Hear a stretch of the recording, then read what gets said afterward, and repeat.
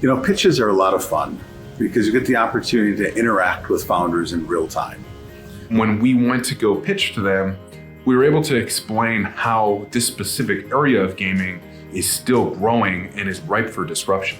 The pitch between a startup company and TitletownTech is really the one moment that you have together where you can try to sell your idea and really show that you know more about it than anyone else does, and that you've got a unique way to solve a problem. We were creating value in the space by bringing people together, and then when we created value, we were able to harvest that. And so I can't overstate the importance of the founding team and the ability to really interact with the founding team and learn how they think. It also gives them a great opportunity to see how we think. If we both like each other, then it sets up a great opportunity for a relationship to invest and build a business.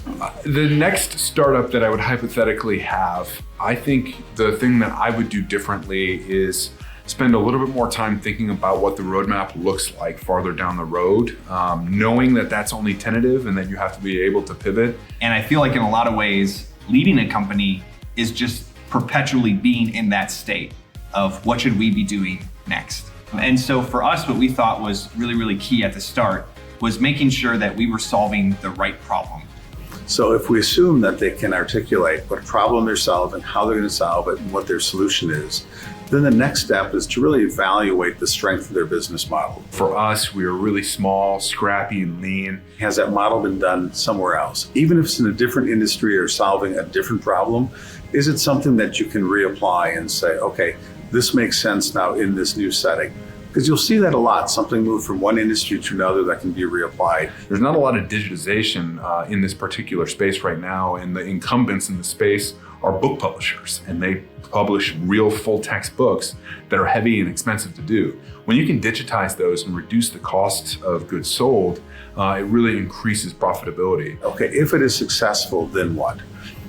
What size is it? What's the behavior that would be generated?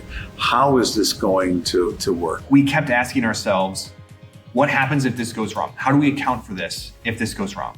How do we account for this if this goes wrong? Entrepreneurs are fantastic at managing risk.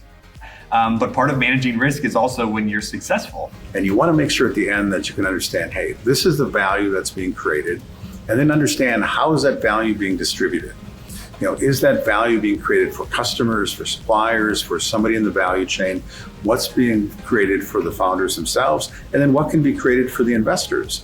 And really understanding at the end, what does value creation look like?